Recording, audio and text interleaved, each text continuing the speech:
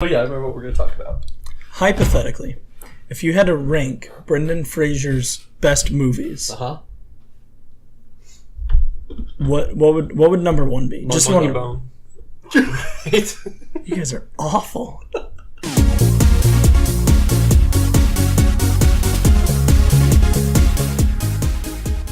He was in Looney Tunes Back in Action. Horrible movie. But the Monkey fake Bone. sequel. Monkey Bone. Okay. Remember when the monkey took over him? Yeah. And it was his boner, a cartoon version of his boner, his penis, but it took over him. There's a movie about that. There's a movie about a guy's dick. It leaves his body and then it becomes like a person and has sex with everybody. And it's a rom-com. And partway through it, oh man, we can talk. I got a lot to talk about on this. Okay, so I thought you had a story. I know, but we may have to leave the story because we're going to talk about this. This is big. So, the penis goes after his girlfriends, like, and all the people that he dates, and he was like always really like sexually active, and so now he isn't about the sex, and so like the whole trailer, you're like, what the fuck, and then it does that rom-com thing where it's sort of like the camera crane pans out, has the light British piano music, and then all of a sudden you're like, holy shit, it's a romance, and so now that he's not like sexually obsessed. He's interested in women for like who they are, man, and gets to know them. But then he has to find and get his penis back. And so his penis, the person that is his penis, is his arch rival. Which reminds me a lot of a book. One of the most impressionable books I read when I was younger. It was called The Boob. Have you heard of The Boob? The Boob is about a man who was like a chauvinist, and he was like big business, like Donald Trump. And one day, he slowly transforms into a boob. Like a giant breast. Just laying on the ground. Yeah. Just by the end of it, he is. He's just a self-aware, sentient breast. And it just talks about... It's not very long, but they made a movie out of it. When he cries, does he lactate? Somebody saw that Who movie. directed it? J.J. Abrams. Brendan Fraser. Brendan Fraser. Directorial debut. The Boob. No, that's not my story. I was going to talk about Dragon Ball Z. Okay.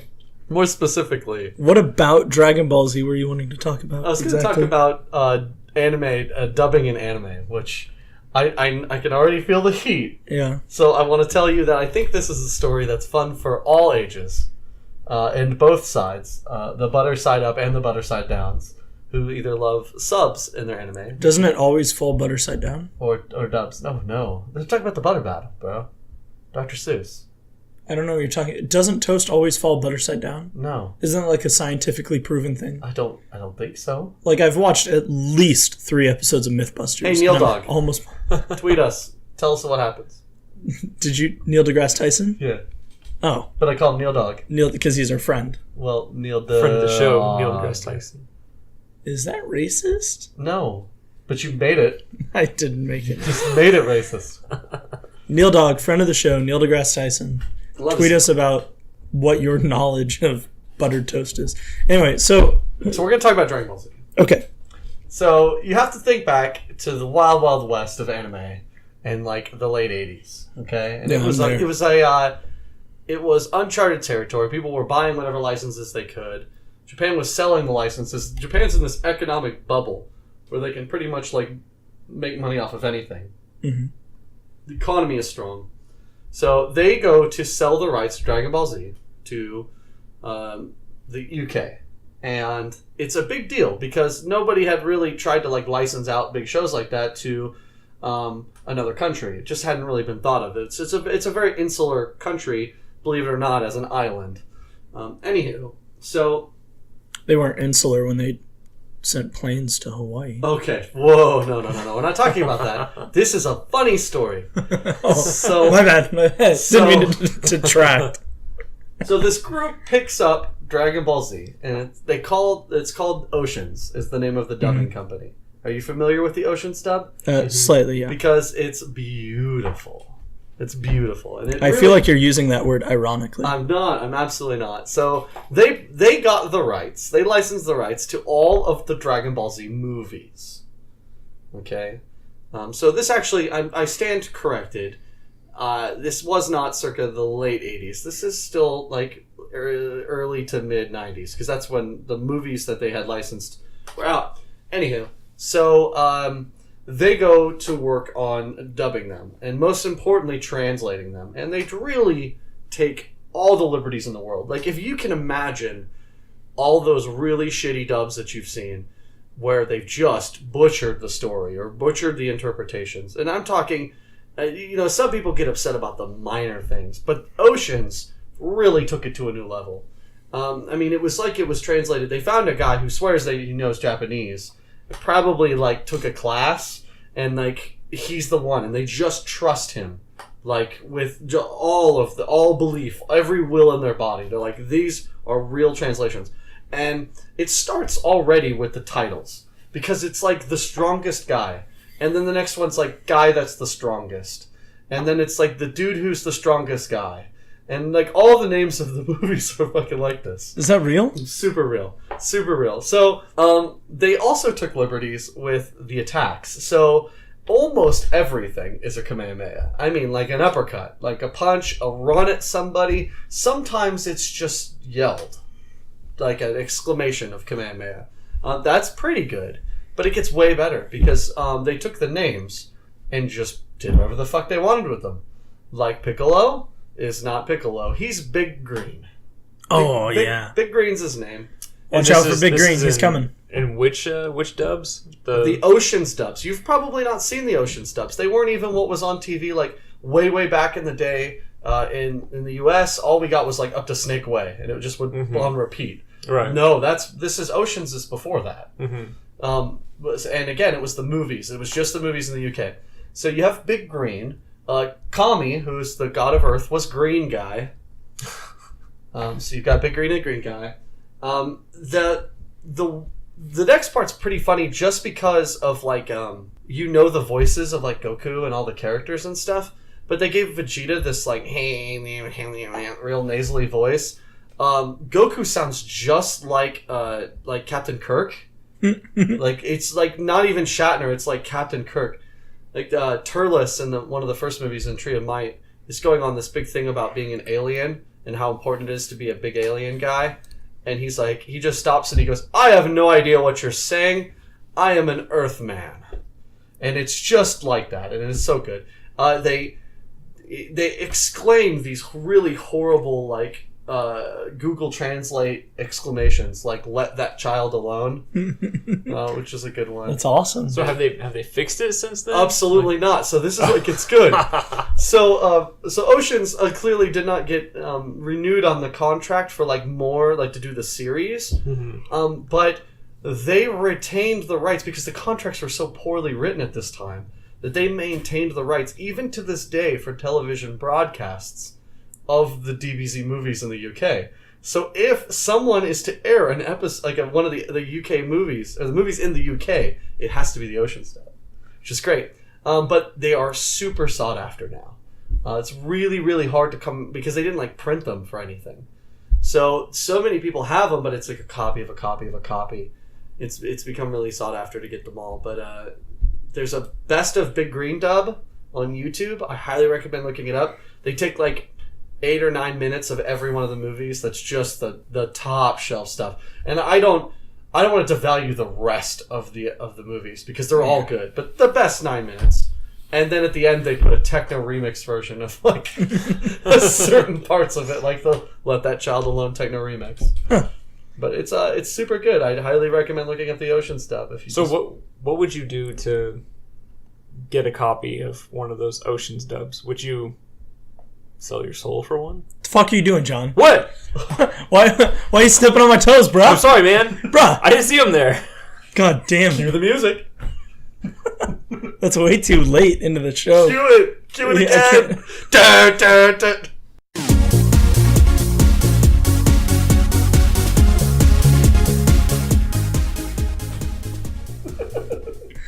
Welcome to this week's episode of Hypothetically Speaking. I'm Tyler Malter. With me, as always, I have John Reed and Big Green. This week's episode, as you may have guessed because of John, Hey. is we are discussing what would you sell your soul to the devil for? And I'll tell you right now, number 3 will surprise you. Who's going Cue the first? Music. You can't keep doing that. It's gonna be my new thing. No, please don't let me. Everybody's gonna love it. Only if I indulge and cue the music every time. No, we'll get Kyle, our editor, to do it. Yeah, thanks, Kyle. Hey. All right, who's going first? Selling their soul to the devil. Well, I don't want to go first. I can't go third because I just said number 3 will surprise you, and mine is not surprising. Okay, well then I'll go first. Well, that's no convincing. So selling your soul to the devil, we have to assume a lot of things here. Okay, I don't want to offend anybody. I'm just going to start with that. But whether or not you, before this moment, devoutly believed in God, I like to think that if you didn't believe in God and Satan showed up, you'd probably believe in God. So if Satan shows up, then God is real. It's friend of the show, Satan. Enemy of the show, God. Is it? What? Yeah. It's God, Brad Pitt, Ron Jeremy. I thought we had like Nicole Kidman or something in there. No. If anyone, it'd be Gwyneth Paltrow. No, we love Gwyneth Paltrow. I like Friend Gwyneth of the show. Paltrow. Friend of the show. Friend of the show. Gwyneth Okay. Paltrow. So, yeah, friend of the show, Satan, shows up. You're probably going to You believe You're in going to God, rearrange yourself a little bit. That means you have a soul, which means if you were to die, you would be granted. Well, you wouldn't necessarily be granted. No, you wouldn't necessarily go to heaven just because Satan showed up. As a matter of fact, if Satan showed up, make a deal, you probably were already on your way. Yeah. Or see, I disagree. You think he goes after the most? He goes after the ones who are guaranteed to get into heaven because he's trying to get those souls downstairs. Okay, so but he's listened to the show, so he definitely knows that we barely have souls to begin with. Absolutely. So that's the biggest question is like, if he showed up, I would be like, okay, so I have a soul, and there's also a heaven, and now like I truly know which religion wins, and I need to go for it, right? Yeah, right. So that makes the question even harder. Mm-hmm. But if I don't know whether or not I would go already, but I suspect I probably will, then I have much less to lose, right? Sure. So, just something to think about. I just kind of wanted to bring that up. It's an interesting point. So, if he shows up to me, I have to retain all of my knowledge, but after dying, a normal death, not right now, right this second, I get to do it all over again. One time or all Just the time? one time. Just one time? One time. 2 lifetimes? I want a chance to do it all over again. And that's not to say that I have regrets, but there's just so many interesting things I'd like to see play out differently. Sure. So, and I would get a chance to do it. Like, I thought about it. My initial thought was to just say I would like to live all over again. But in the monkey paw sort of thing, we've talked about this before. I didn't want to be like, you're dead and now you're back, and this time you have life-threatening cancer right out the door. Like, oh man, because that could be like a Satan thing to do. Like, I get to live over again, but it this came at a time price. Yeah. I'm dead in like a month or something. Like, that would be horrible. That's a pretty good. So, but I want to try it again and just see what I could do differently. And also, if I made the deal now, but I knew I had like years before it would go into effect, I could start preparing. Oh, and then fight Satan when he shows back up to claim your body. I don't think I'd win that fight. Well, you'd have years to prepare. Yeah, we'd have to have a religious decathlon. That's a good call. Listen to episode 12 of Hypothetically Speaking. Or Fiddle of Gold. I don't know what episode it is. I just named a number. So good Just luck. listen to them all. Find it. It's a very, very blunt needle in a very mediocre Short haystack. If I were an Assassin's Creed character, I would die falling into it. Yeah. But yeah, no, I just, you could stack the deck and it would almost be like a sports almanac sort of situation where I would know what to bet on, I would know who wins and loses. I could pick fights so much better and sides so much better. Like, I would become sage-like. Everybody would be like, man, he always has a good opinion because like it just turns out that way. And I would use it that way. I wouldn't try to change a whole lot. I would try to live this life and just be a little better at it. Yeah. Because I feel like doing too much, I don't want to affect everybody else. Yeah. Well, that's a pretty good thing, but it's not as good as John's. Isn't that right, John? I'd be impervious to anything. God damn it. Just kidding. No, so the dad in me would probably give up his soul for something to do with my kids, but boring. The dork in me would probably give it up for something like a giant robot. Becoming a Gundam pilot. Damn it! And I mean that absolutely 100%. We almost went 2 episodes without mentioning Gundams. I like to think you're a Gundam pilot, but there's no Gundams. Yeah. Like, you are a master at piloting a fictitious Hey, man. vehicle. You play this VR game where you ride on a Gundam's thumb. I just cuddle his thumb. No, That's you it. ride on his hand and hug his thumb. Yeah, all I do. whatever. Yeah. So that would be your choice, is you'd be a Gundam but so pilot? like for me to be a Gundam pilot, I would either have to exist in a world where Gundams existed, or the Gundams would have to be invented in this world. So yeah, it would, absolutely. You may bring about like the Pacific Rim of the world. See, It's a good thing we have you because you design mechs. Design mechs, absolutely fight monsters all the time. my devil twist to you, though, is that you do get pulled into a Gundam world, but it's the Gundam Wing movie. Wait a minute. So Endless Waltz? Yes, Do I get laid? but by the dudes. No. All the dudes. Not Is all it of just them. a straight male? It's a dude sandwich. Gundam Wing Endless Duel is known for its line treading Gayness. and heterosexuality, which is okay. I'm perfectly fine with that. I know that John is pretty hetero, and I thought that would be funny. If The you woke Ultimate up Collector's Edition is about to come out. If I get a Endless- copy of that, I'll go Endless full Waltz. dude. Would you? If I'm in the Gundam world and I have a collection, like the You Ultimate, have the copy of the story that you're in. I have to know how things play out. That's so weird. You already have. You've seen the movie. I don't want to waste my time watching them. I just want to flip through the book real quick and be like, oh, okay, this is coming up. I should probably duck. It's pretty good. Yeah. You're 2-dimensional now. Sucks for you. Just redraw my penis. Yeah, man. I don't know. Okay. Well, I would have to say that like I want a skill in something that has longevity, but is not boring as fuck. That I can make a ton of money Well, on. yeah, because your soul. I mean, you now know that you have traded eternal life. Right. The chance at eternal life. Well, you're gonna have eternal life either way. So the first thing I would do is I would say, can I give you my soul in exchange for a guarantee to go to heaven? Well, And if he lets me do that, but he wouldn't. He couldn't do that. couldn't do that, right? So which most likely I couldn't do that, then I would want to be like, not necessarily Magic the Gathering, but like I would want to be the best Magic the Gathering player in the world. Whoa, that's just Something- Thinking? Yeah, well, then just something along those lines. You're gonna be 'Cause- super good at a card game Well, for your soul. that's the thing is like I would want it to be something that like I no longer have to work the rest of my life, but I wouldn't pick Magic the Gathering because Magic the Gathering isn't It's about as lucrative dumb as Crystal enough. Pepsi. Okay, look here, motherfucker. This is my eternal soul we're talking about, right? No. So no, I would pick something that like that would guarantee that I could live. I would want a successful podcast. That's what I would do it.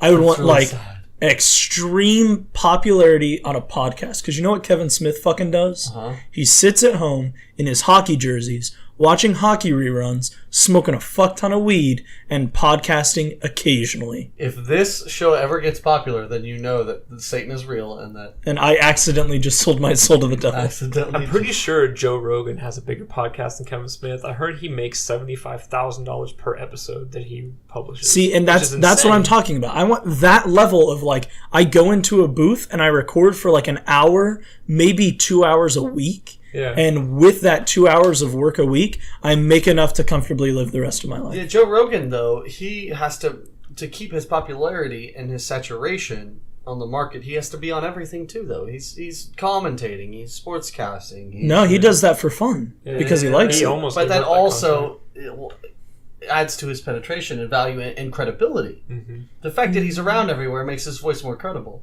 I like seriously, I agree, yeah. but the thing is, he's doing that because he wants to. It's not that he needs to commentate on UFC. It's that he's friends with Dana White and he enjoys commentating on Yeah, but UFC how did he get there? because he needed a job and he got it and did it well. He was a super cool guy, and Dana White was like, wow. I can almost guarantee You that's don't probably the think there case. was a win-win for Yeah. Joe Rogan? Well, he was the on most a popular TV show, podcast? too. He was for a Fear while. Factor. Who? He was the host of Fear Well, Factor. not just Fear Adamantly. Factor, but like some like sitcom he was on. Well, Joe Rogan for a long time adamantly disliked the UFC. So all of a sudden now he's best friends with Dana White and he loves the UFC. Doesn't matter. He seems happy. Just saying. That's like I would want like podcasting is pretty fucking easy. We sit around a table and we talk into a microphone and it's not super difficult, but I want that level of like not needing to work that hard. But I'd want what's crazy it to too is that he that's why I said he magic. invites like a bunch of experts from their fields on, so he learns a lot of cool shit. And there are more podcasters who come to his show to talk about their show than he does going to their show. Of course. Absolutely. I agree. See, and that's the dream of work a little but make a lot of money, and that's something that's completely unrealistic for 99% of. I'm going to use my Satan twist on your wanting to be an expert or the best in like a trade or skill, and I'm going to say that you're an expert in engineering laser discs. Okay. Betamax. See, and that's why I started my thing with I need to pick something with longevity. Yeah. Because I know that magic is a thing right now, and it's been going for 20 years plus. So, like, I know that if I were the world's best magic player, I could make like $130,000 a year playing in all the major tournaments and winning a majority of them, not even all of them. You could be the world's best dungeon master and get paid to dungeon master campaigns. Right. But see, that's a lot of work. And like really. for magic, if you're the world's best, you could build stories on a fly, right? I would pick something more effortless or something that's even more versatile, like software engineering or user interface engineering. No. Yeah, but Apple has built their entire success off of their innovation. Yeah, but that's a lot of work. You keep going with like more work. I 100% agree that. But you make more money. It would be something that would like totally revolutionize the world. I get that. I'm not going there. I'm going for like the world's best Counter-Strike. Why don't you just ask for the money then? I want like Counter-Strike Go level of, because I want to earn it. Just want to earn it, but barely. not hard. Yeah. So you be want the world's money, best foodie. Just eat a bunch of food, and people will always take your opinion. Be the man versus food guy. Oh, that's pretty good. Except I don't like 90% of food. That's true. So that'd be awful for me. Yeah. But that would be my choice. Is I would pick like, I don't want to like Counter-Strike goes garbage, but like a game. Podcasts. Let's just go back to podcasts. Podcast is easy as fuck, and like I said, Kevin Smith just hangs out all the time and does nothing. Joe Rogan just hangs out and does nothing. Like that. All right, I'm monkey pawing you now. Get one more time. Motherfucker. So you are the biggest podcast. You only have to podcast like every so often, but you run the #1 viewed podcast that just so happens to be a Gwyneth Paltrow fan club. I like Gwyneth Paltrow. If it were the other ones, Anne Hathaway, or what's the old bitch? Enemy of the show. Fucking awful actress who's won like Glenn 6 Close? Emmys. No, she looks like Glenn Close. Meryl Streep. Meryl Streep. That's what I meant. Meryl Streep. Fucking enemy of my life, Meryl Streep. So you have to run a Meryl Streep fan podcast in support of Meryl Streep, but it's 2 hours and you're like, everyone tunes in. I would do it. I would do it right now. If you want to start another show, we already have Tabletop Pokemon, but if you want to start another show, the full name. Table Nights Tabletop Pokemon. If you want to do another show on top of TNTP, and hypothetically speaking, we do another one that's like the Meryl Streep Goddess of Life podcast. No, it would be called Strip for Streep. And Strip for Streep. A video show where you have to watch Meryl Streep and get a boner. Okay. And everyone that one I'm less excited for than just sitting around talking about Meryl Streep. Well, you can talk about it and pretending to be enthusiastic.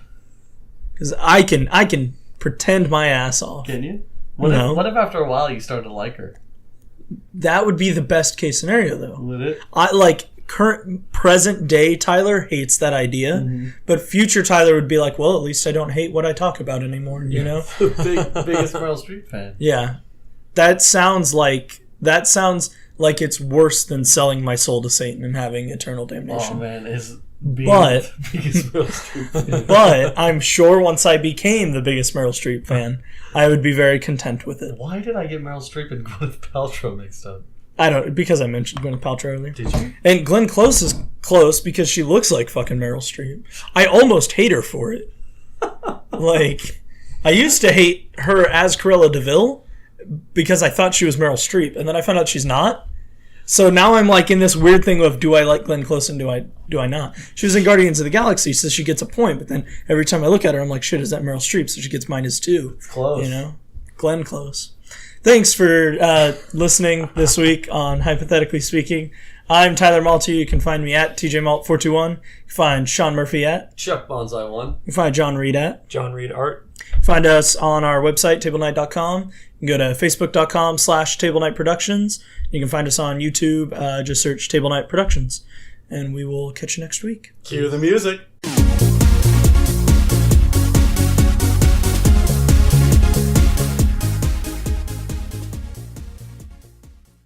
Hypothetically Speaking is a Table Night production. I can't believe those assholes paid me $5 just for that.